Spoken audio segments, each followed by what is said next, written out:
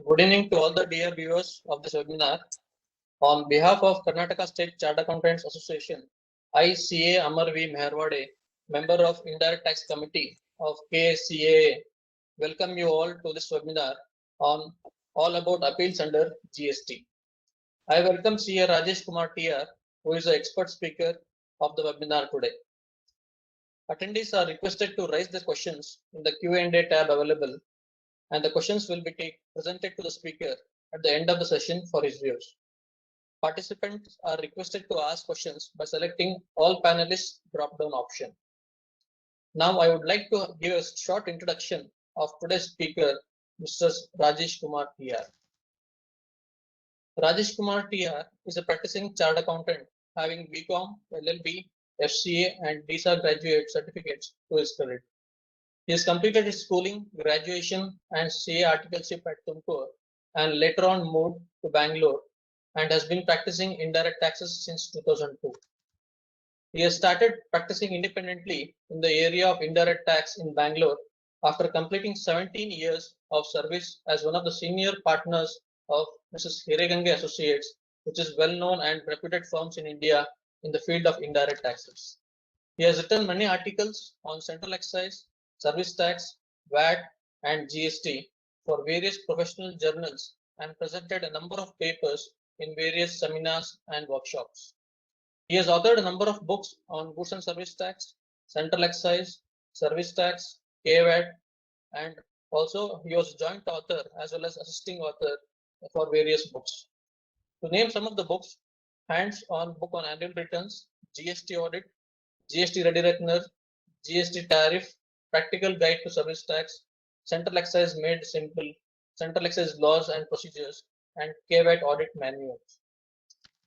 He is contributed substantially for compilation and revision of study materials on indirect taxes published by the ICAI for CA final students. He has also contributed for background material on GST and UAE VAT published by the ICAI.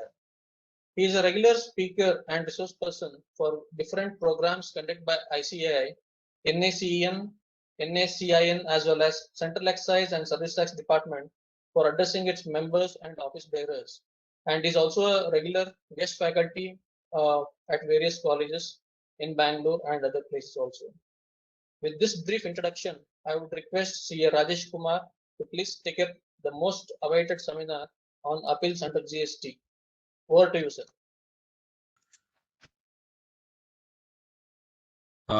At the outset, thank you, Mr. Amma, for the introduction. At the outset, I would like to thank KCA for giving me this wonderful opportunity of presenting the topic on appeals, which is what is creating a lot of curiosity in our professional fraternity. And at the same time, we are receiving different types of notices, letters, communication. So many of our CA friends may be wanting to know how to proceed on these factors. To start with the presentation, firstly, before going into directly to the integrities of the appeal under the GST law, I thought it appropriate that I deal with certain fundamental aspects of the appeal. What do we actually understand when we say appeal as against an adjudication or an assessment? An assessment, adjudication is where the officer determines certain things and passes an order or gives his decision of certain aspects for which either acting under the authority given under the provisions of the act or the rules, or sometimes even without authority also you might be acting, or at the same time you would have applied for seeking something which the officer or authority is not accepting or not appreciating your application and rejecting your application, giving his view or a decision. In either of the cases, the authority is giving an order or a decision. What is the difference between a decision and order? Decision, sometimes the order and the decision would be confused among the assessees. Order is generally understood to be in a particular format, saying that I hereby order and all those things. But whereas decision, it may be in the form of an order, or it may be even expressed through a communication. So sometimes a letter which is communicating certain decision may also be a subject matter of a appeal. So if the assessee is aggrieved by the decision of the officer, whatever may be the decision which is taken on the act, so then the assessee or any other aggrieved person would be empowered to appeal against that. So what is the meaning of the term appeal? Appeal is analyzed by courts in many decisions. What they have said is appeal means an application to appellate court asking to revise a decision of a subordinate court. So basically, there's already a decision of a subordinate court or an authority. So the appellate court or authority, before that, the person aggrieved files an application to revise or set aside that order or a decision of a subordinate authority. In other words, also, it is a judicial examination of a inferior, of an inferior court by a higher forum. So whatever the decision has been taken by an inferior court, it has been reviewed, examined by the higher forums. It may be to reverse that order, vary that order, set aside that order, decision, whatever it may be. So basically, appeal is something which a decision or order exists, and who is not happy with it or who is affected with it goes and files an appeal against the higher forum. Having said this, the next question is the appeal absolute right? That means if any person aggrieved, can he claim it to be an absolute right and go and seek a remedy in appeal? The courts have categorically held that appellate remedy is not an absolute right of any taxpayer or any person. It is a statutory right to be given by the statute. If the statute has not given any right of appeal against an order or a decision, then you cannot go in appeal against that particular order. Obviously, you may have a other remedy in the court of law, but not a appeal remedy under that particular statute. In fact, when it came up, when the question as to the whether asking to pre-deposit certain amount for filing an appeal or to fulfill certain aspects before filing an appeal, when that question was dealt in by the Supreme Court, and the Supreme Court laid down certain aspects very clearly. They say right of appeal is a creature of statute. So it is a right created by the law, statute. The parliament by law will create that. Without that statutory provision of giving that right of appeal, the aggrieved person cannot file any appeal. So the appeal remedy should come out by a specific provision in the act. When the law is providing for that appeal remedy, it need not be unconditional. It can put in certain conditions upon fulfillment of which only the appeal will be admitted.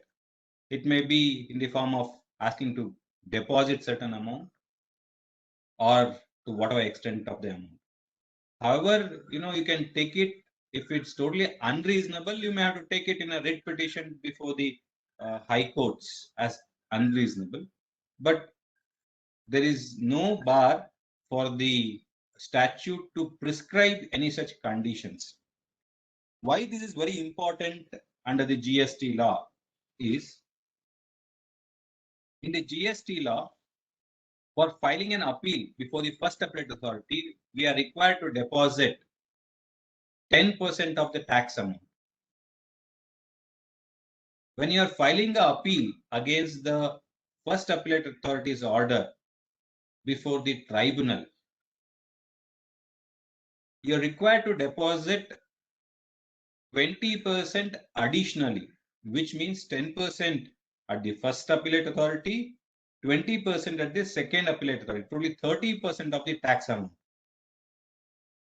Recently, it so happened, though it is a matter of a service tax, where the amount involved, the show cause notice obviously was issued based on the income tax vis-a-vis non-registration of service tax, or the the comparison between a service tax return and the income tax return. The assessee had claimed that he has paid VAT. It is a transaction of a sale, therefore there cannot be a service tax on it. But the authority on examination of certain documents and had concluded, no, it is not amounting to sale, it is a service, and confirmed the entire demand, which was around 2 crore or so. Now, if the person is required to file an appeal, is required to deposit 7.5% the service tax, which is almost 15-16 lakh. The assessee is not in a position to deposit such a huge amount. So whether his right is affected, the courts have said no. He is bound to deposit that amount to take the matter before the appellate authority. When it was 7.5% or 10% itself, there was a lot of issues. Now think a scenario where under the GST law, we are required to deposit 30% of the tax amount, and if it's a frivolous demand, there will be very, very difficulty. So somebody has to be very, very careful in handling the litigation for that matter.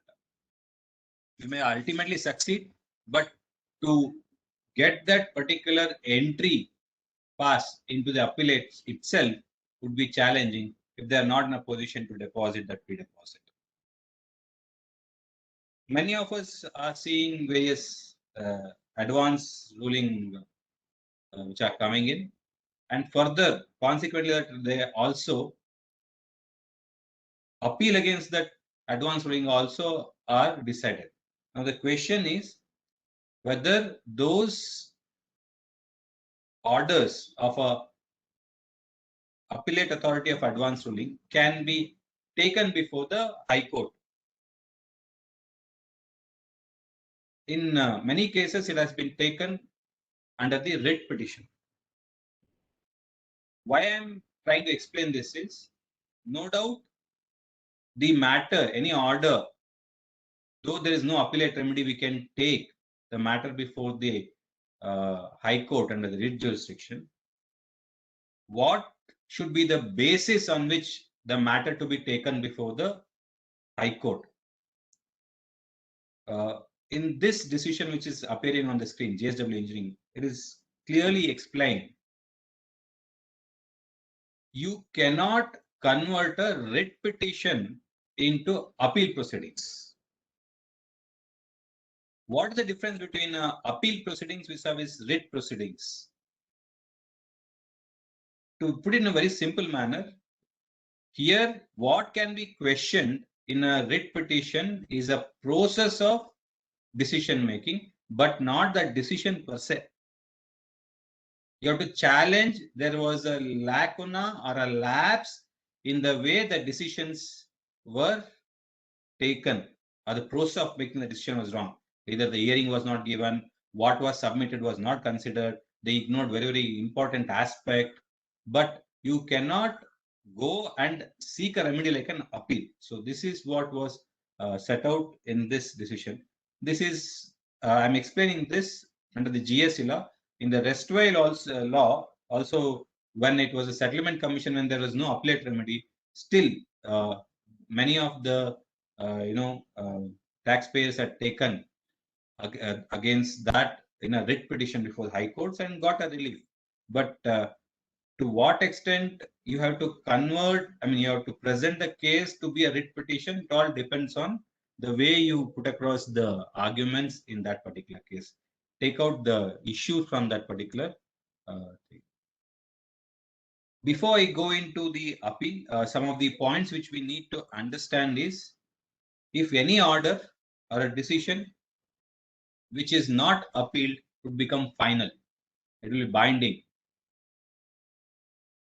Please also note, if the appeal is not filed within due dates,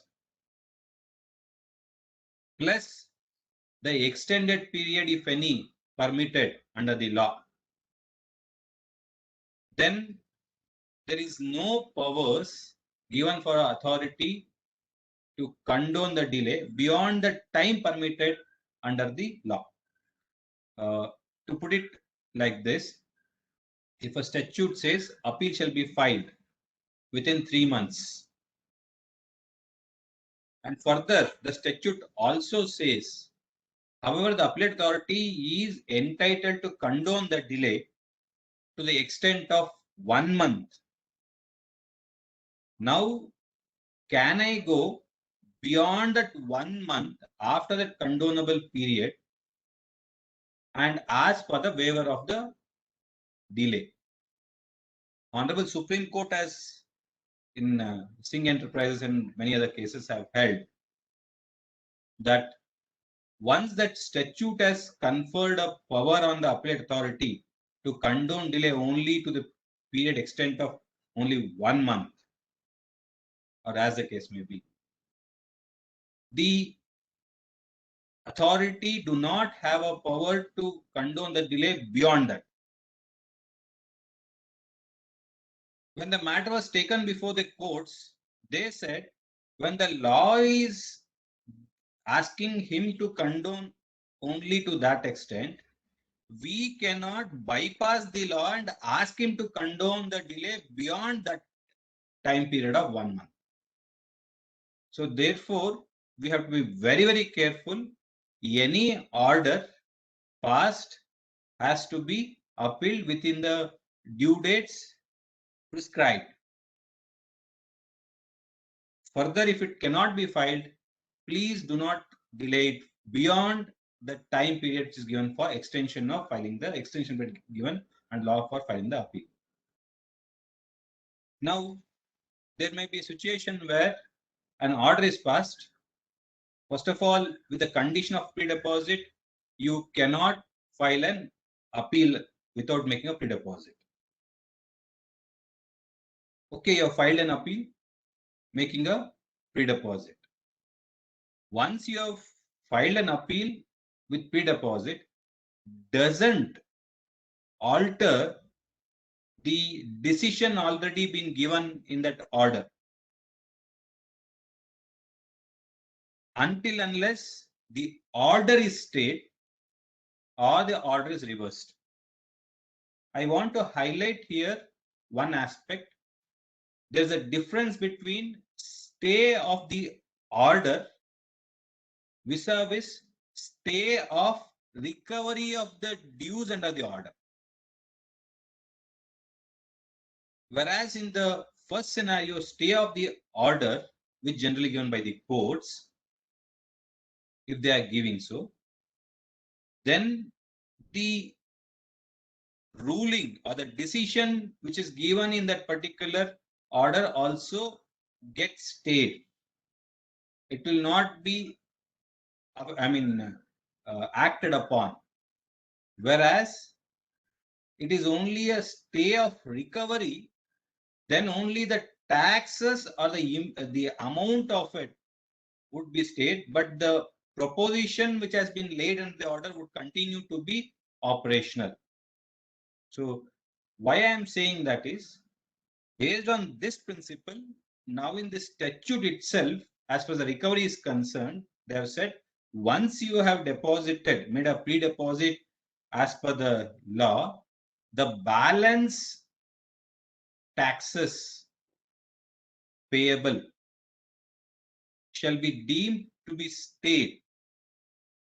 So therefore, there cannot be any recovery proceedings when the appeal is filed making the required pre-deposit. Sometimes there may be these are some technically you want to take the matter because you have lost your remedy due to extended period of limitation. I mean, not filed appeal within time limit. Various other thing. Possibly one can see an option of examining whether the order was passed with jurisdiction, especially if it was not represented order.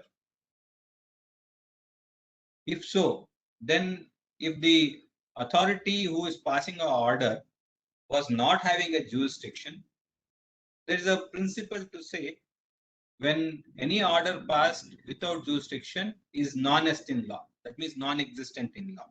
So you may have to take that in a writ petition before the court and challenge it and get it quashed since it was not without authority of law. Again, sometimes if the order is remanded, then the matter would, it is not a final. It, say for example, there is an order passed and the order is appealed before the tribunal. Tribunal finds it the order is not sustainable and sets aside and remands the matter back. Then it's as good as the matter has come back to original adjudication level. So these are certain basic principles I thought would be relevant. Now, getting on to the appeal, we need to know firstly the hierarchy of the officers under the GST law and orders passed by them and how in which all circumstances appeal is to be made and how it is to be made and other aspects of it. Firstly, under the central taxes, we have Principal Chief Commissioner of Central Taxes or Director General of Central Taxes, Principal Director General or Commissioner, Chief Commissioner of Central Taxes, similarly Director General of Central Taxes, Principal Commissioner, Commissioner, Additional Commissioner, Joint Commissioner, Deputy Commissioner, Assistant Commissioner, or any other class as may be notified by the government. Officers of the Central Excise are deemed to be appointed under GST law. Anyway, now we are handling with GST, but many of the notices which are coming out under the service tax law, you may please examine because many of the orders are being issued and signed as a officers of the central taxes. But the powers they do, whether they've been assigned the powers to administer the restwhile service tax law is something which one can examine whether they have a jurisdiction. If they have, under where the jurisdiction is there, you can check when you're replying to the notices which is being issued based on the income tax data which they are presently issuing left, right, center. When it comes to state tax officer, it's a commissioner, additional commissioner, joint commissioner, deputy commissioner, assistant commissioner, and other officers.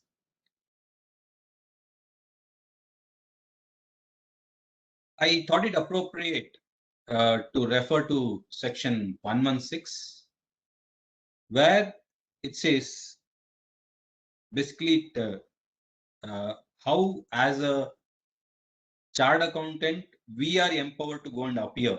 We need to know if somebody asks whether we cannot simply go and represent. We need to have an authority. How it is, what it is. I thought I'll just discuss a couple of slides on that and move on to the other things. So what it says is any appearance of any authorities, any person who is entitled or required to appear before either officer under GST or appellate authority or appellate tribunal in connection with any proceedings under the GST may appear by an authorized representative. So assessee, instead of he appearing, he may appear by an authorized representative. What is exception is if the act requires the specified person to appear in person for examination, oath or affirmation, basically a statement, recording, etc.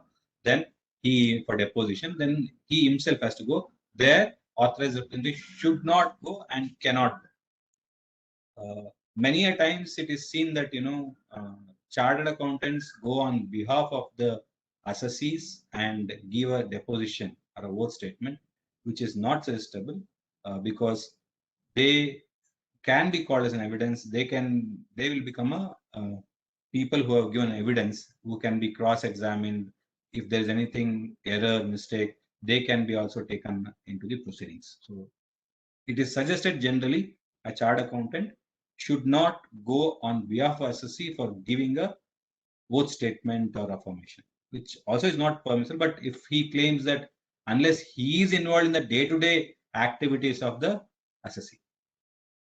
Authorized representative, when I said, it is again defined in section 215 to who are all authorized representative. A person authorized to appear on behalf of a person entitled or required to appear being his relative, regular employee, a practicing advocate, any practicing chartered accountant, a practicing cost accountant, company secretary, a retired officer of commercial tax department of any state government or unit territory or of the board, working at least 2 years in the post not below rank than that of a B group gazetted officer after 1 year from the retirement or resign, or authorized GSTP. So these people can be acting as an authorized representative and going to represent.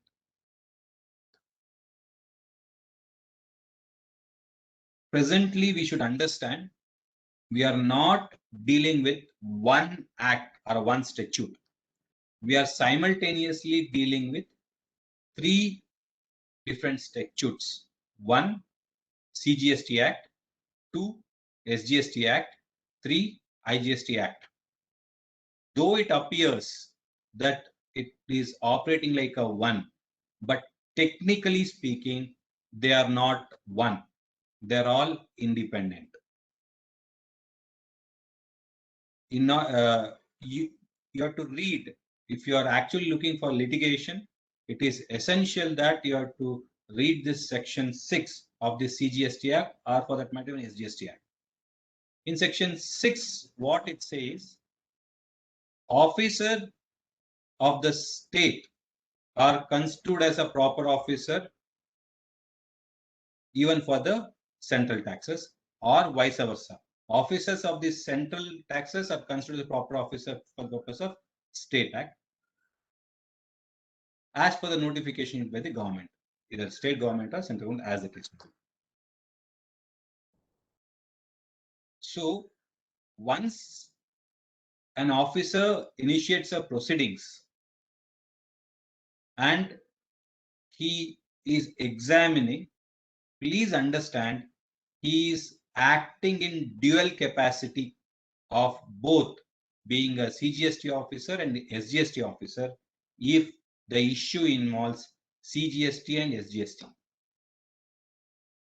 If the issue involves only IGST, though the officer carrying out the proceedings may be a state GST officer, but he will be stepping into the shoes of a central GST officer and acting as a central GST officer. What this section also says is that if an officer passes an order, it is not sufficient that he should pass order only under one of the act. He should pass an order under both the acts, that is CGST and SGST. Many of the notices, show cause notices, first of all, when it comes to show cause notice, there may be a situation where the notice would not at all refer the state provisions. They would have been only issued referring to central tax provisions or vice versa. That case, you can always raise an objection that there is no demand or a proceedings against other thing, but the proposal to demand both is being initiated. Or there may be a proposal to deny IGST, demand IGST, but there is no provisions of IGST being invoked. So we have to be very careful under what authority and which provision the authority is acting upon, because statute requires once he pass an order, he has to pass an order under both the statutes. Now, there's also a provision in section 6 which says if proper officer of the center has already initiated a proceedings on the subject matter, the state authorities cannot initiate a proceedings on the same matter, or vice versa. If the state authority has already initiated a proceeding, the central authority is not empowered and entitled to initiate a proceedings on the same as the other ones. Further, where we have to file appeal, because there will be additional commissioner appeals for the state, joint commissioner appeals for the state, joint commissioner appeals for the center, both may be there. Whom we have to file appeal? This provision says if an order is passed by the central officers, appeal against that shall lie before the appellate authority of the state. Center has been passed, means appellate authority of the center. If it is passed by the state officer, then appeal shall lie before the state officer. So it cannot crisscross. So how we have to see who has passed the order, then appeal goes consequent to that. If it cannot go otherwise. You might be having a jurisdiction within the state as has been assigned, but whereas based on the investigation carried out by the center, if the order is passed, you may have to file appeal before the additional commissioner or the joint commissioner appeals central taxes, not with the appeals state taxes. Coming into the first appellate provisions, I'm just giving this proposition, the provision to just understand certain aspects in it. Any person aggrieved. So it uses the word any person aggrieved. If an order is addressing two people or directly and indirectly somebody is getting affected, they can also go and challenge that particular order if he is said to be aggrieved. However, whether he has a locus standi or not would be a matter of facts and in each case. So by any decision or order, as I was explaining in the beginning, there can be a decision or order. Both of them can be subjected to appeal. So where it says under the CGST Act or State Act or UTGST Act by an adjudicating authority is again defined. May appeal to such appellate authority as may prescribed. Now, such appellate authority means appellate authority is defined to be authority who have been appointed to hear the appeals. There are two types of appellate authorities. One is commissioner appeals and another is joint commissioner appeals. When it comes to JC appeals, any orders passed by an officer below the rank of joint commissioner, the appeal lies before the JC appeals. If the order is passed by the ADC or JC or even below also, the appeal lies before the commissioner appeals. So this is what is set out in the rules. The time limit, 3 months from the date on which such decision order is communicated to such person. There is a issue as to the interpretation of the word issue, served and communicated. I think in some other time we have to go deeper into it. Presently communicated, in my understanding, is the date when it is received by the person aggrieved. So until unless he has received, in my view, it cannot be said to be communicated, though based on certain statutory provision, it can be said to be served. So there can be a difference between served and communicated. Statute has consciously used the word communicated, not served. So in my view, though sometimes the orders might have been dispatched but has not reached for whatever reason, there is a possible argument to take. It is not communicated, therefore I am well within the time period for filing the appeal. Have just generally appeal is concerned, we may feel only when the tax demand is there, appeal is available. Need not be, because it says any decision or order under the act or the rules. But if you see here, I've just tried to collate various provisions in which orders are passed. One, any of the SSC, any person files for a composition scheme and the composition scheme is denied, but order issued in GST CMP 07, then it also becomes an appealable order. Suo motu registration is given. If somebody is not registered, but the SC feels that I'm required to be registered, they may issue the suo motu registration in GST REG 12, in which case you may feel that I am not liable for registration, they may feel that I am liable for registration. So if any such order is passed under REG 12, it can also be appealed. There can be an application for registration or application for amendment or application for cancellation. And any of such applications are rejected through form GST REG 05, then it also becomes an appealable order.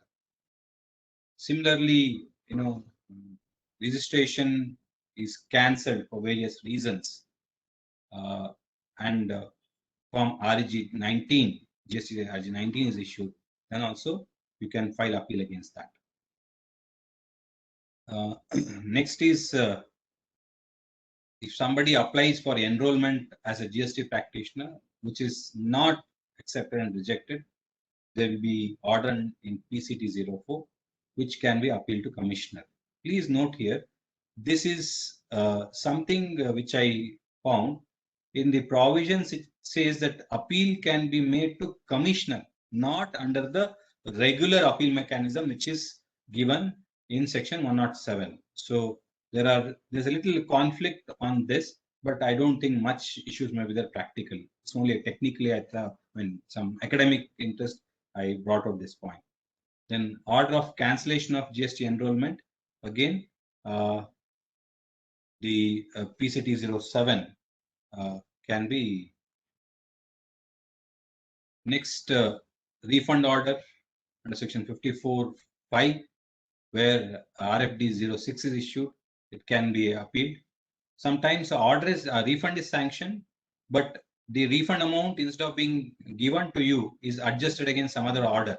There may be a situation where you'd already filed appeal, there's already de facto or a deemed stay, since you already made a pre-deposit, which has not been considered and the adjustment has been made, you are entitled to file an appeal against that order. Interest is sanctioned against delayed refund. However, if the interest so sanctioned is not correct and there is a mistake, that order can also be subject matter of an appeal. Similarly, provisional order for provisional assessment in ASMT 4, finalization of assessment order under section 63. Then ASMT 13 for the non-filers, there may be cases where they may pass a ASMT 13, in which case I think many of the in the past would have not filed appeal against that order. Next, unregistered ASMT 15, unregistered persons then summary assessment under ASMT 16, seizure order under section 67, order under section 73 and 74. This is where actually we have to deal more, where the tax amount, interest, penalty would have been determined under section 73. 73 deals with non-payment or short payment of tax, erroneous refund of tax, wrongly availed or utilized ITC by reason other than fraud, willful misstatement or suppression of facts to evade tax, one stretch. Then if it is fraud, willful misstatement, suppression of facts with to evade tax, then 74 will come in. So, and it has its own various issues which has to be handled separately, and there, based on that, if the order will be passed, that order is subject matter appeal. Section 76 deals with non-payment of any amount collected as tax, whether payable as tax or not, is liable to be remitted to government forthwith. If it is not so remitted, there is a power to recover that amount by proceeding under section 76. And the summary of those things are issued in DRC 07. Those will become appealable orders. Detention and seizure order in section 129, MOU 06. Confiscation of goods under section 130, MOU 11, in case may be appealable. There are certain non-appealable orders where transfer of proceedings, the authority, the Chief Commissioner generally is given a power to transfer the proceedings between one authority to other authority. So there is where the section 121 specifically says such type of orders cannot be appealed. Similarly, order for seizure or retention of books of accounts and documents cannot be appealed. Order for sanctioning of a prosecution cannot be appealed under this statute.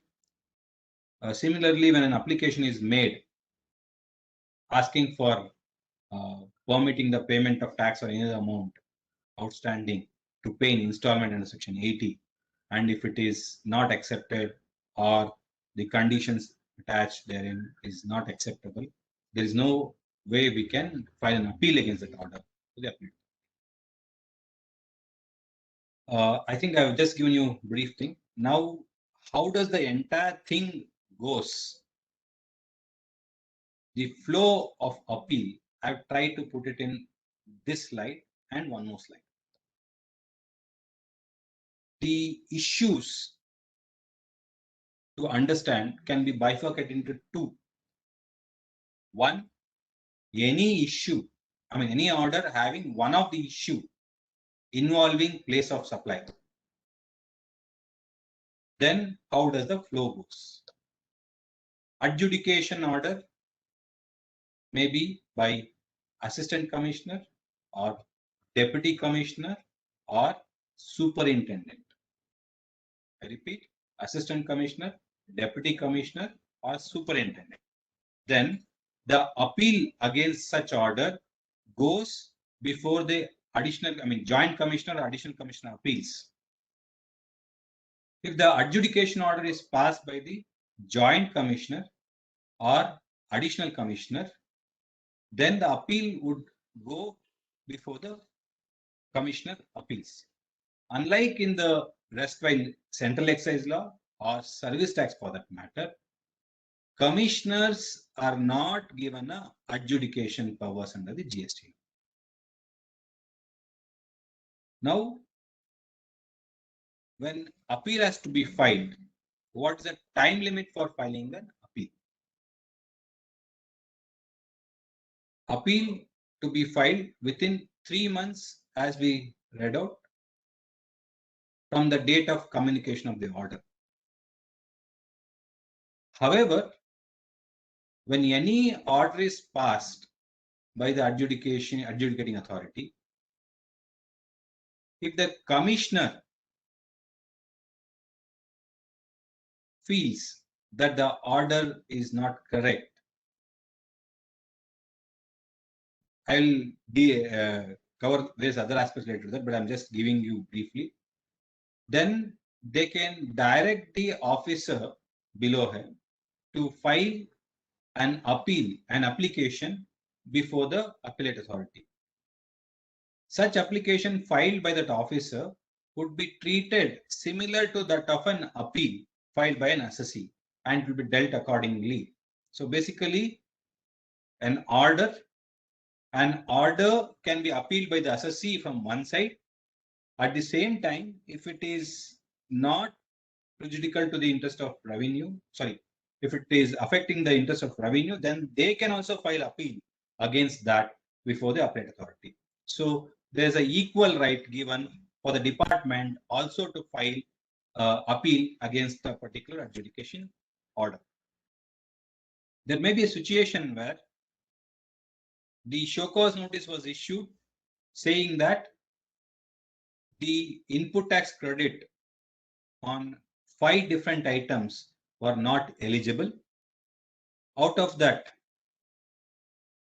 3 type of input tax was allowed, say by the deputy commissioner.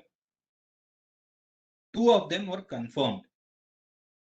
Now, assessee might have filed appeal against that 2 or might not have filed appeal against that 2. At the same time, department, if they feel out of the 3, 2 issues, they have to file appeal. They can file appeal against that 2 type of credits before the appeals. That's the first appellate authority. Now here, see the scenario where assessee might not have filed appeal against the 2, thinking that okay, it's fine, I've got relief on 3, but department has filed appeal against that 2. Now please note the time limit for the assessee is 3 months plus a condonable period of 1 month, 4 months. Whereas for department to file his application, it is 6 months. There is all the more probabilities or more possibilities that they may file appeal after that 4th month, where assessee would not have any option to file appeal. So many a times the interest and other penalties, findings which might have been there, thinking that the major amounts would have been dropped, whereas a small amount with penalties, they may think we agree to pay, let's close the matter, will not file an appeal. Now, if there's a finding in the order stating that there was a suppression, there was an intention, they are liable to pay equal penalty, and that amounts of 2 credits which has been confirmed, maybe say just 5,000, 10,000, whereas the other 3 may be 15 lakh and 20 lakh each. Now, when the department has come in appeal, it is their appeal. And as far as the other findings, there is all the possibilities to say that you have not contested the issue as far as the penalties. Therefore, once out of the 2, any issues gets confirmed, the penalty also will become automatic. So be careful about it. Okay. So department has a time limit of 6 months plus further 1 month of condonable period. So this is from the departmental perspective. Now, once an order is passed by the additional commissioner or the commissioner appeals, as the case may be, appeal lies before the appellate tribunal. In the appellate tribunal, there are 2 types of appellate tribunals. One, National Appellate Tribunal, The other is State Appellate Tribunal. Now, here, when the issue is involving a place of supply, irrespective of the fact that the order might have been passed either by the state officers or the central officers, I mean central appeals, appeal would go before the national tribunal.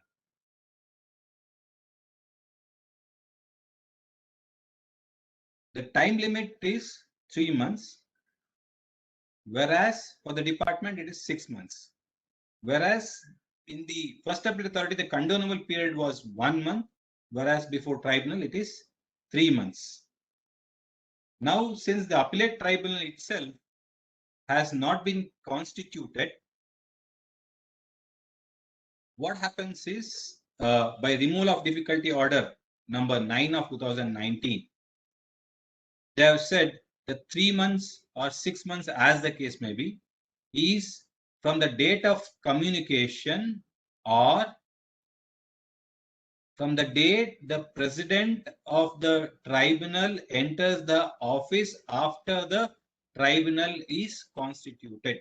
This is what. So we have 3 months time after the tribunal is constituted and the president takes the charge of that.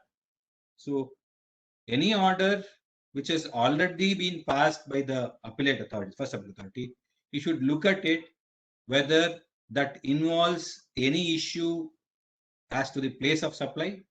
If so, it goes to the national tribunal. Otherwise, you should keep watching when the state tribunal will be constituted, when the national tribunal. If they are constituted at the same time, no problem. If they are constituted at different time, we should be keeping eye on it as to when it is constituted and when the time limit will start kicking in. Now, an appeal against the national tribunal would go directly to the Supreme Court. It doesn't go to High Court. From National Tribunal, it goes directly to Supreme Court. Now, I think it is clear. Adjudication, first appellate authority, the second appellate authority is a tribunal, third appellate authority is a Supreme Court. One of the aspects I have not covered here is a revisionary order by the revisional authority. Appeal is dealt in under section 107, whereas revisionary powers are dealt in section 108. The commissioner is given a power to review any order passed by the officers below him. However, there are certain exceptions which I'm going to deal with separately. Please understand, this is something which I personally feel should not have been there, because once a power to file appeal by the department is added in the statute book, by virtue of a review done by the commissioner himself, again giving a power to the commissioner for the revision of the order is, in my view, totally unwarranted, because it's only what the difference is here. The time limit is going to be furthermore as compared to time limit of 6 months over here. So where they will get an extended time, though you would have succeeded and you would have thought that the issue is settled, suddenly there can be a notice by the revisional authority to revise the order which has been passed by the adjudicating authority. When I take up the revision report, I'll deal with some other points also which are there. Now, this is the flow when it involves a place of supply. If the matter do not involve a place of supply, order doesn't involve any issue involving a place of supply, up to first appellate authority, there is no difference. When it comes to the filing of appeal to the tribunal, the appeal would lie before the state tribunal, not the national tribunal. Further to that, appeal against the tribunal order would go before the High Court, not directly to Supreme Court. Then after the High Court, from High Court it goes to Supreme Court. So there is a one more level of appellate proceedings in cases of appeal which does not involve a place of supply. So this is a difference between issue involving place of supply, issue not involving a place of supply. So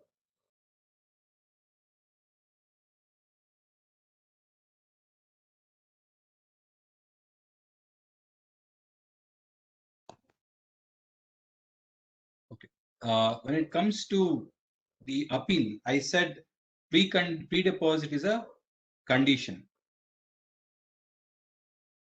The provision says appeal cannot be filed unless you deposit the amount set out as a pre-deposit. What is that amount? For the first appellate authority, if you have admitted any tax, then the entire admitted liability should be paid along with interest and penalty. If you have not admitted, then 10% of the tax only, not interest and penalty. So say for example, the amount confirmed in the order is 10 lakh. Out of that, you have admitted we are agreeable to pay 1 lakh rupees. Then that 1 lakh rupees have to be paid in full. Against the 9 lakh and that 1 lakh, you have to also pay interest and also corresponding penalty, whatever has been imposed.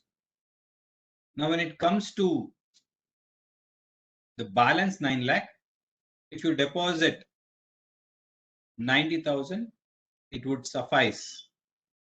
On the other hand, you are contesting the entire liability, then it is sufficient that you deposit 1 lakh rupees.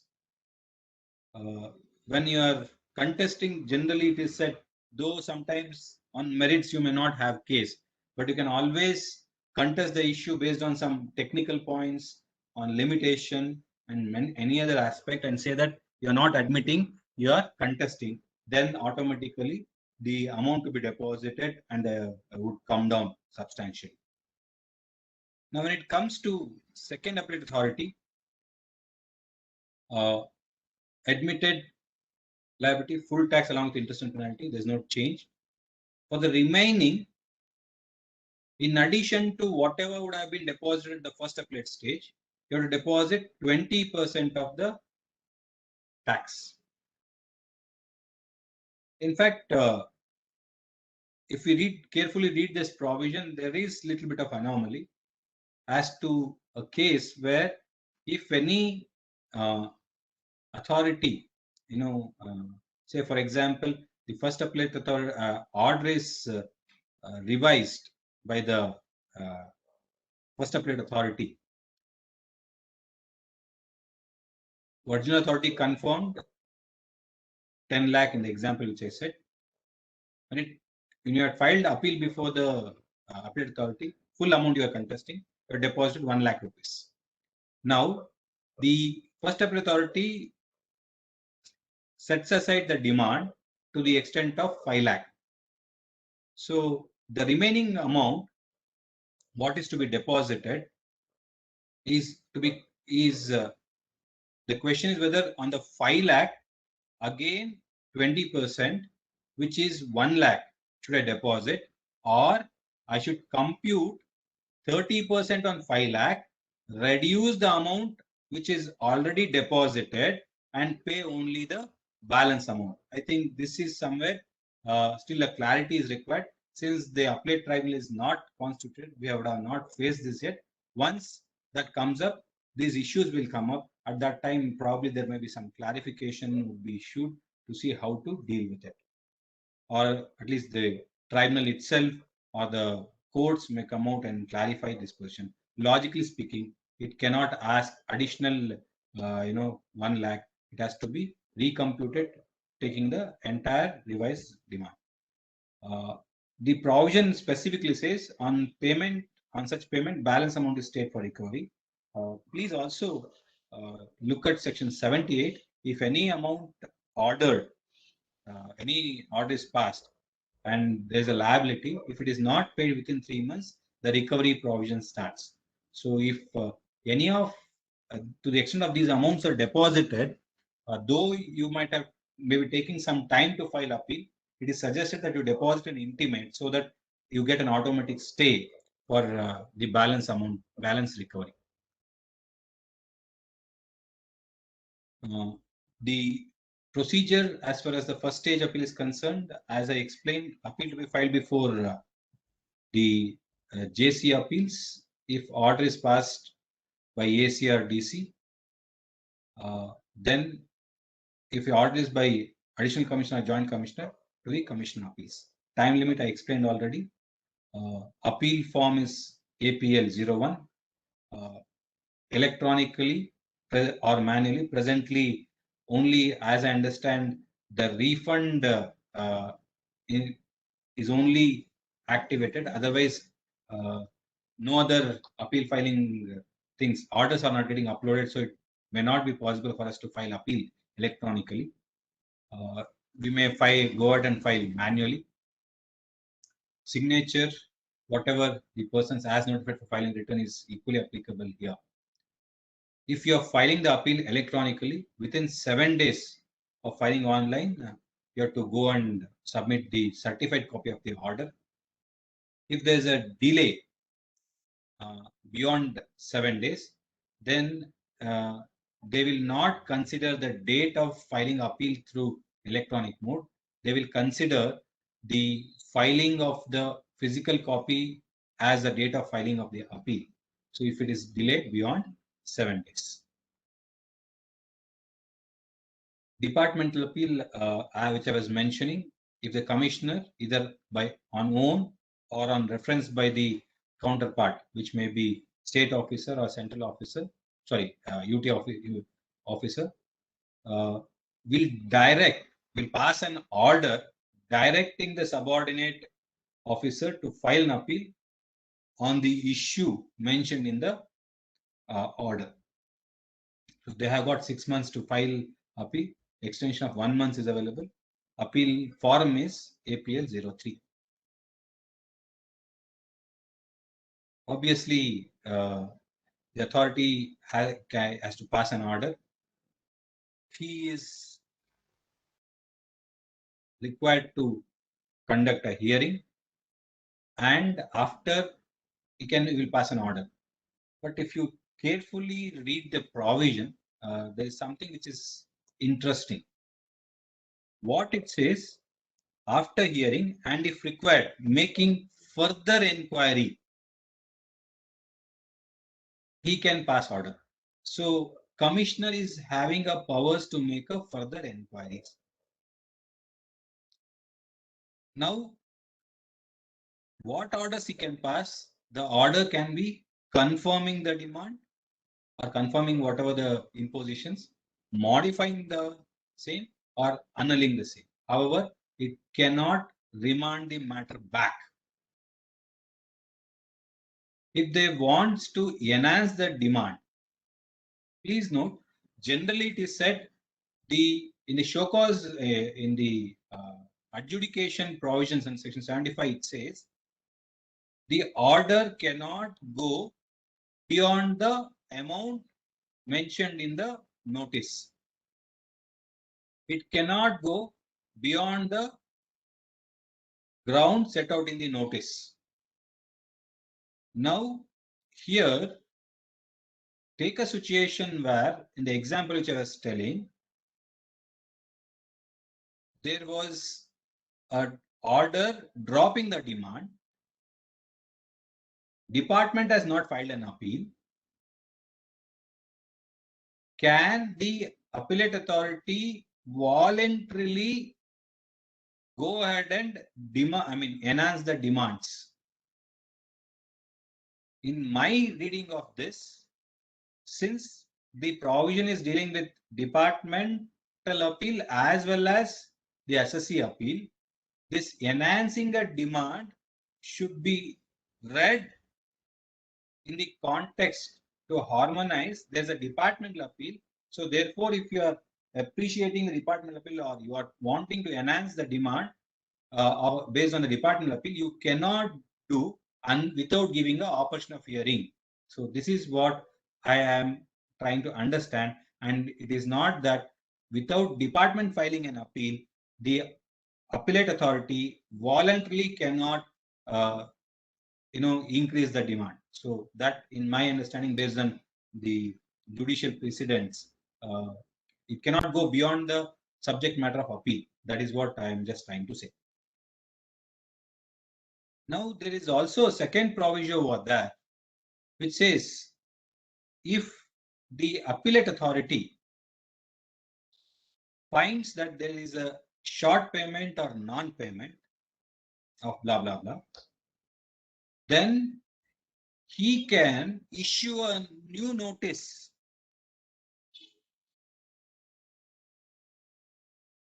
provided it is well within the time limit available under section 73 and 74. The orders to be passed, notice issuing, order passing, everything as a fresh proceedings on something which has not been there in the original proceedings, but he wants to do, he can do stepping into the shoes of adjudicating authority. Though there may be, it appears that there's a conflict between the definition of an adjudicating authority, because the definition of adjudicating authority says that adjudicating authority does not include appeals, appellate authority. But still, here, appellate authority acting as an appellate authority given an additional power of adjudication. It is not that he is being called as an adjudicating authority. So in my view, there is no conflict, but we have to wait and see how the matter, somebody is going to object it and how the matters will be taken. As to the additional grounds in the appeal, in fact, on Monday when I'm going to deal with drafting, I'm going to more deal on this, but now I want to cover all the, at least the important aspects in the appeal provisions. New facts cannot be brought out in appellate stage. It may not be entertained. But additional grounds based on the facts already available is permissible in the appeal.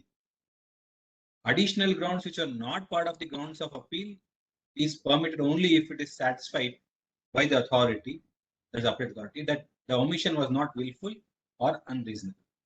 I am just trying to make a distinction between two: facts, grounds. Grounds based on the facts already available. If some facts was not brought out, can you bring out that fact at this stage? In my understanding, technically speaking, it may not be. However, it is a prerogative of the officer whether he can appreciate it because it was incidentally or not omitted. If not, then remedy available to you is only before the court. Second, there is already a facts, but on a grounds, legal grounds, which you wanted to take, you have missed out something. Adjudicating, you can take that before the Commissioner of Appeals. Appellate authority. Revision of orders, which I already explained above. One more thing, the revision authority can stay that particular order before giving a direction for going for an appeal.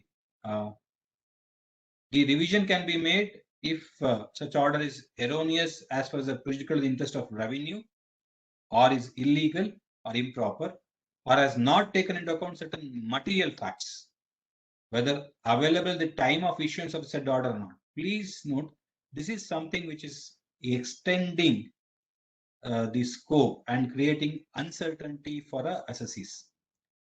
The facts which was not available, maybe some decision of a courts were not there at the time when the order was passed.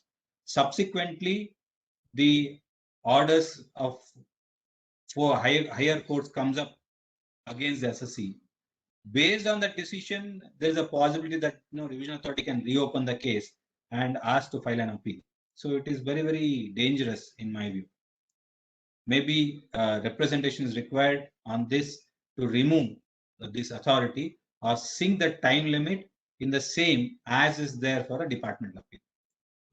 To just give a little background, under service tax law, as against excise law was not having a revisionary provision, whereas service tax was having. When service tax was having a revisionary power, it was not having a departmental appeal. Once they introduced the department appeal provision, they removed the revisionary authority provision. So I think both, if it is coexisting, I think it is a duplication of a powers, so which in my view should not be there. And also the last bullet point is also relevant. Some CA and AG comes and makes an observation.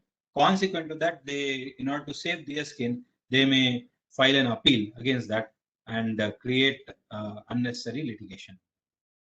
The time limit is 3 years from the date of passing order. Please note here, it's not a communication rate, it's a date of passing of the order. In one of the case, in the service tax law, where the revision was there, they had issued an order, passed an order on a particular date, issued an order after, say, 10 days. The notice for revising the order was 3 years, within the 3 years from the date of issue of the order, but it was not within 3 years from the date of passing of the order. So I had taken up that matter before the tribunal appreciating that, on that ground itself, without getting into any other merits, set aside the order, saying that it is beyond the scope of that revision provision. Revision is okay. When, in which all the scenarios the revision is not permissible? If any order is already appealed, then that order, to the extent of the issues covered in the appeal, I'm repeating, issues covered in the appeal, there cannot be revision of that order. If order is having 3 or 4 issues, out of that, only 2 issues have been appealed, other balance issues are not appealed, on that order, to the extent which is not appealed, can be taken up in revision. Now, if it's not, the time limit also to file appeal is not over, then also the that wait till the appeal filing period is lapsed. If already taken for revision earlier or already once revised, again one more round of revision is not permissible. So what is what is done is, generally, in order to keep this revision in abeyance, I understand that they were filing appeal on all the issues with some or the other grounds, so that the time limit is lapsed. They lose a power of revision. In the appeal, they would succeed, so that they cannot take up that as a revision. If not appealed, then it becomes a final, which we also. Tribunal, I've already briefly explained. Some of the things which I have not explained, I am going to cover. I think, Mukul, how much time I can go further for taking up questions? Sir, you can take another 5 to 10 more minutes, and then we can take up the questions here. Okay, thank you. When it comes to tribunal, government will constitute National Bench of Tribunal in Delhi, and branches. The national tribunals branches are called as regional benches. Similarly, states can constitute a state tribunal and branches. That state tribunal branches are called as area benches. As far as the constitution is concerned, the both 3 members with president and 2 technical, one state technical, one state center technical member. Whereas this constitution of the composition of the members was not acceptable and it was challenged. And Madras High Court, in case of Revenue Bar Association, has already held that the composition is unconstitutional and the matter is presently before the Supreme Court.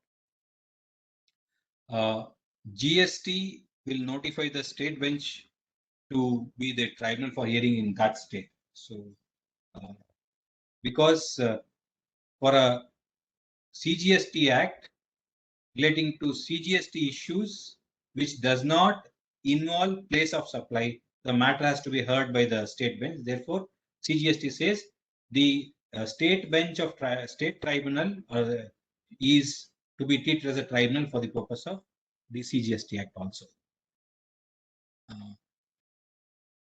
In the Union Territory, they may use the tribunals of other states. The tribunal has a discretion to not to admit appeal if the amount is not more than 50,000. There is 50,000 or lesser. The tribunal may say no, the appeal itself is rejected at its discretion. There is something interesting which I wanted to explain. I explained in detail in a scenario where there is an order about input tax credit on 5 issues, where 2 issues I succeeded, 2 issues I was not succeeded, I had not succeeded. Then I come in appeal.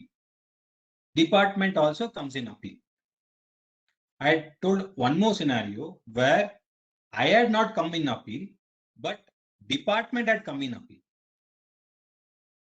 At the first appellate stage, there is no provision. Once I have not come in appeal against my 2 issue, to once department comes in appeal, I have no option to rake up the issues again, which I have not appealed. But whereas at the tribunal, there is a power given for me as an assessee. Once I get a notice of department filing an appeal before the tribunal, within 14 days of such receipt of notice, I am entitled to file a cross objection. Cross objection means not objection against the department appeal. I have used the word cross objection. You can file a application even for the issues which department had not filed appeal, where you have not filed appeal, you can file as an appeal. So you get an extended time to file an appeal for a case once you got to know department has filed appeal. So in the example which I told, for the 2 issues where you have not filed an appeal, once you come to know department has filed an appeal against that, you can file within 45 days your application on the matters which you had not appealed either to, and that application or a cross objection will be treated like a fresh appeal of yours, and it will be dealt as though it is an appeal filed by you.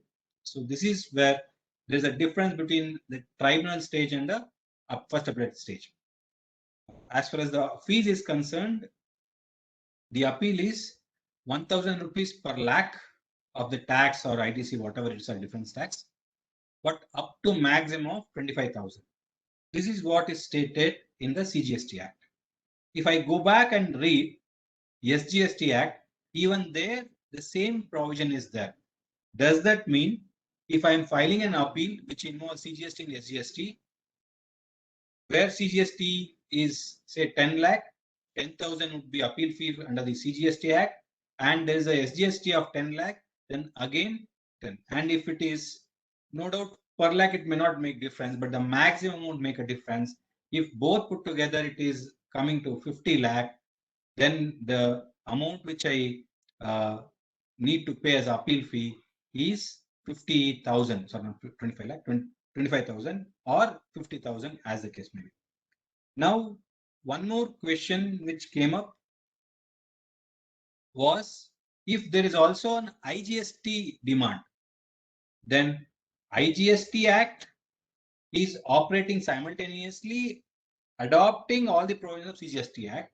So does that mean I need to pay again one more fee of to the maximum of 25,000 for the IGST amount? So I think there is this also, in my view, should be clarified and modified, because the fees, in my view, is quite substantial, and I think for a smaller assessees, it would be very, very difficult to even take a remedy before the tribunal.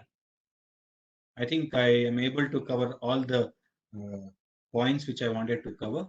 Now, I think over to Mukul.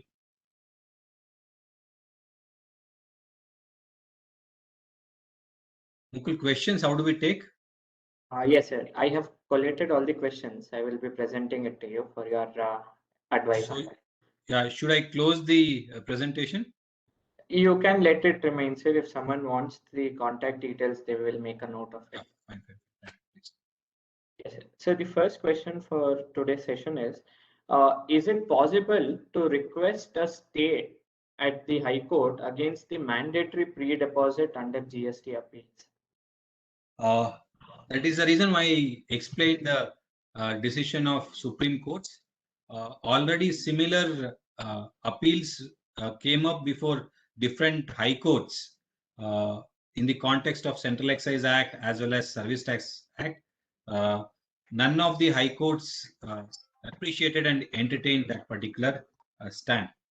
Either if there's a way out is that you have to challenge the order itself as invalid and get it quashed and go back to original authority, but you cannot ask the courts, give me a waiver of pre-deposit, but I am going to go before the appellate authority. May not be possible.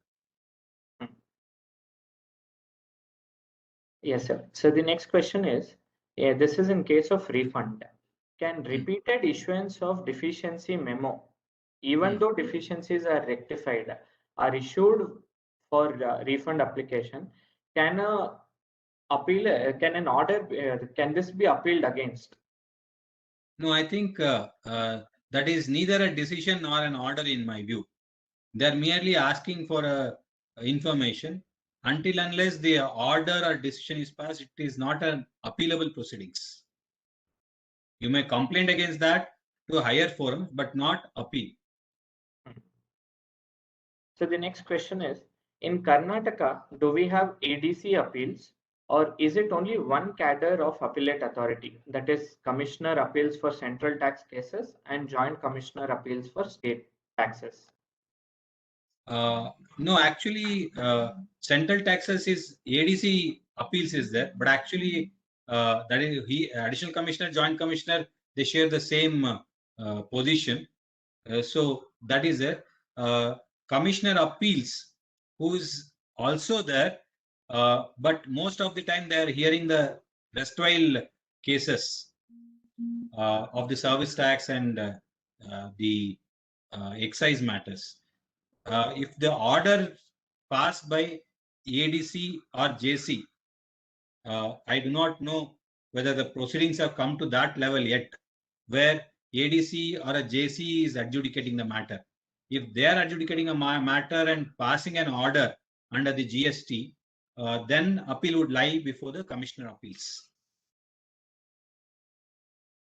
Thank I you, think sir. even the state, there is a JC appeals. JC appeals, yes.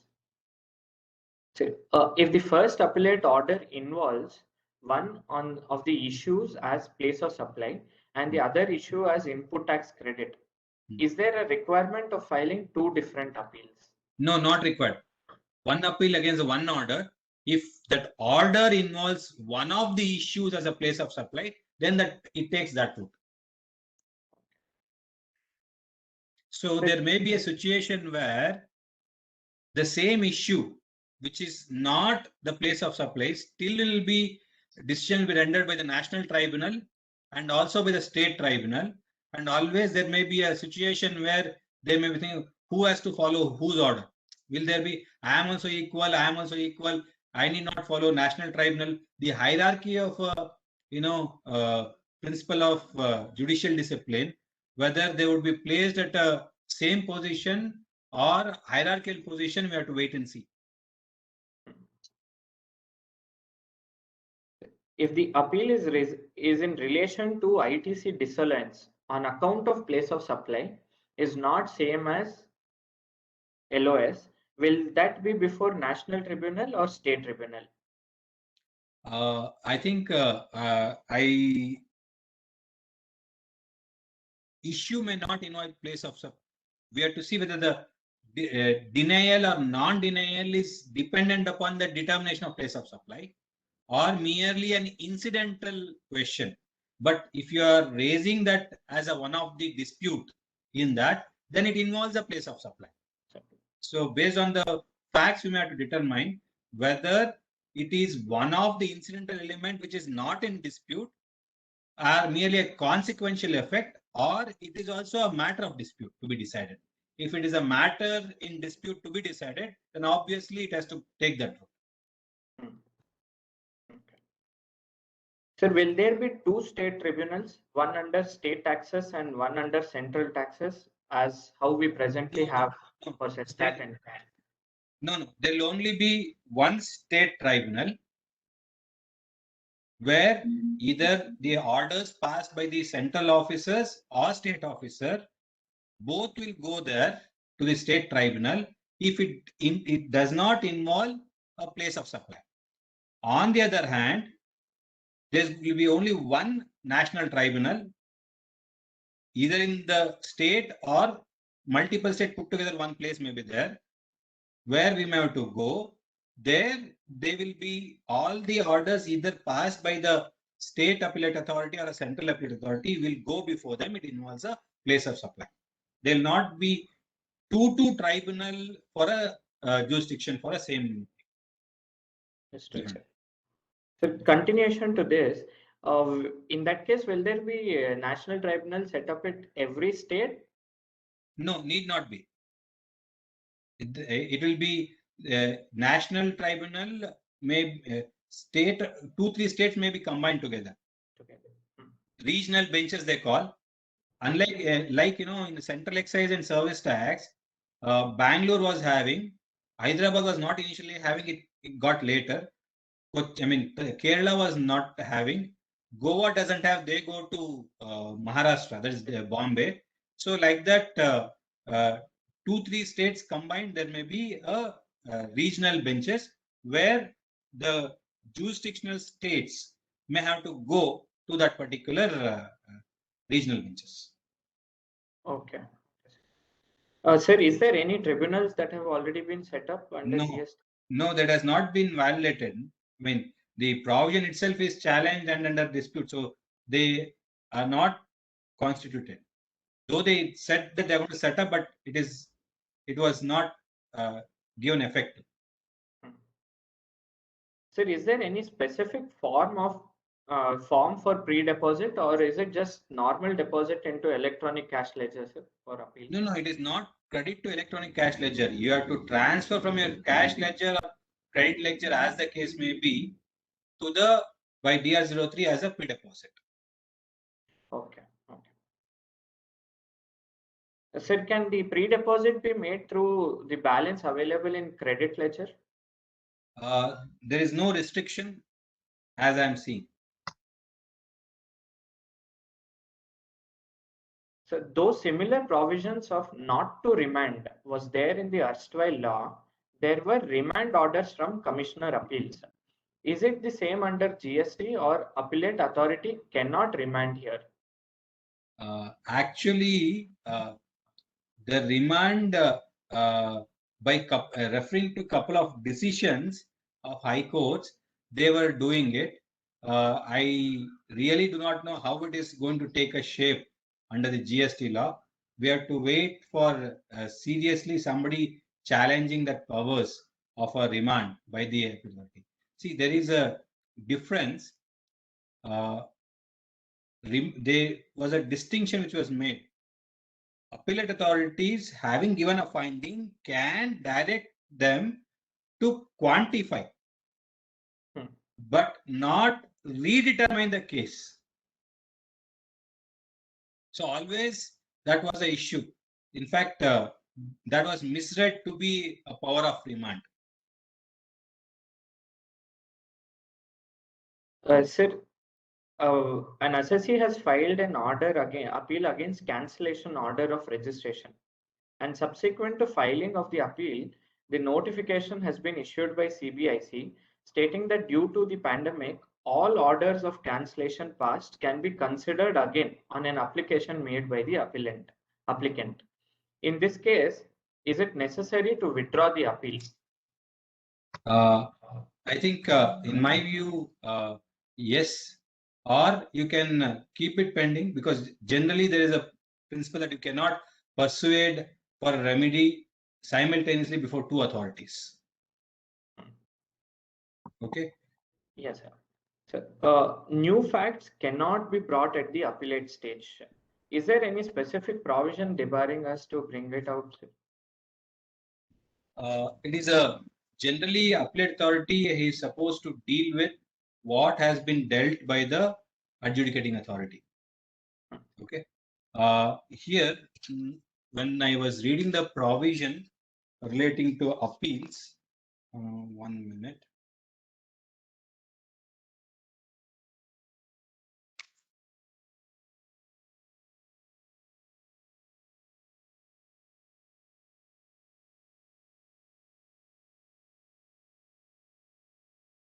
As far as the additional grounds, there is a 107 subsection 10 says the appellate authority may, at the time of hearing an appeal, allow an appellant to add any ground of appeal not specified in the grounds of appeal. If you carefully see my presentation, I had bifurcated into two. One, grounds which was not there in the appeal memorandum vis-a-vis the additional fact. Additional facts is not specifically debarred in the statutory provision. This is as a principle which is followed by the judicial forums. They say if the facts was not laid before the original authority, then it cannot be added at this stage because the original authority had not examined that documents or an evidence.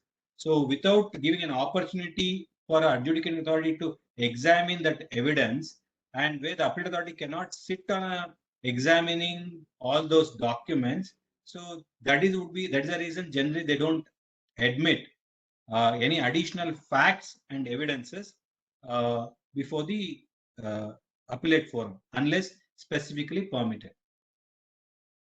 But in my practical experience, nobody, I mean, none in my career have objected to such facts which have been placed before them and rejected any of those things. They have considered almost all the things. But technically, if any technical appellate authority comes, he may reject. So that is a word of caution always it is given. Sir, in case of appeal fees, where we were discussing it is 1,000 rupees per lakh of the demand, that demand is only towards taxes or taxes plus interest plus penalties? No, only taxes. Only taxes. So one more question is, there is a place of business in Karnataka. During movement of goods to other states, the respective tax officer has issued an order for penalty. In such a situation, where do I have to file an appeal? I think this issue, because the order is passed by a authority of that jurisdiction, it is not where you are located. Appeal jurisdiction comes with the authority who is passing the order, lies with that. Since the authority who is passing an order will be located in a state, say in Karnataka, where the goods are moving from Maharashtra to Tamil Nadu, the appeal lies before the appellate authority in Karnataka. I think that is what is also being done by most of, overall filing appeal against this e-way bill related offences. They are to file where it is caught. Yes, sir. Sir, one of the members have asked another question.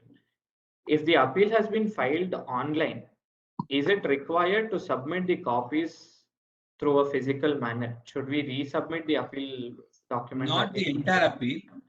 The order, certified copy of the order should be filed within 7 days. The other documents, the law doesn't say anything. In another case, the assessee has received orders from Commissioner Appeal, and now they intend to file an appeal with the tribunal. Considering that there is no tribunal set up, is it advisable to file a writ petition at the High Court? See, there are two things in this. The statute has, by virtue of removal of difficulty order, has given a time for appeal. However, I am not seeing any bar or a restriction under section 78 to initiate recovery. How do I balance both? If you deposit the pre-deposit amount within that 3 months and intimate them saying that we are in the process of filing, but since the tribunal is not set up, we would like to await. So your recovery mechanism need not work, should not work. And at the same time, you get a time to file an appeal. If you want, you can't deposit. If you go to High Court, again, what they will say? They say, okay, hold back. There, if you are making a prayer that please stay the recovery proceedings, we have to wait and see what the the High Courts are going to say. So the last question is, can we directly go to High Court when it is a question of law against the adjudicating authority?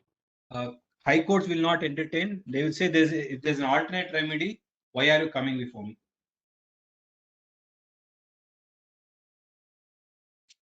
That's all question those were the questions we had for today's session. Before we conclude, I would like to inform the members that there is a follow-up session on appeals, how to draft the appeals, to be scheduled on Monday, that is 17th May, between 5 to 6:30 p.m. All those who have not registered for that session may please visit the CA portal to register for the same. I am honored and lucky to have been given the opportunity to present the vote of thanks today. I would like to thank CA Rajesh Kumar TR for explaining the concept of appeals in such an extraordinary manner. I would like to thank our president at KCAA, CA Kumar Jini, for being ever supporting. And also, I would like to thank CA Vijay Patel, for chairman of IDT committee, for encouraging us to conduct such sessions. I would also like to place on records the efforts by CA Vinayak Bhatt for extending his unflinching support in handling all the IT related requirements. I would also like to thank Amar sir for hosting today's session. Finally, I would like to thank all the attendees for being a part of today's webinar. And before I conclude, I would like to bring to the notice of all the attendees that today's presentation and the recording shall be uploaded on the kscaa.com portal, where it can be accessed by all the members for the future references. Thank you once again. Thank you, Rajesh, for being a part of today's session. Thank you, everybody. Thank you, KCA. Thank you.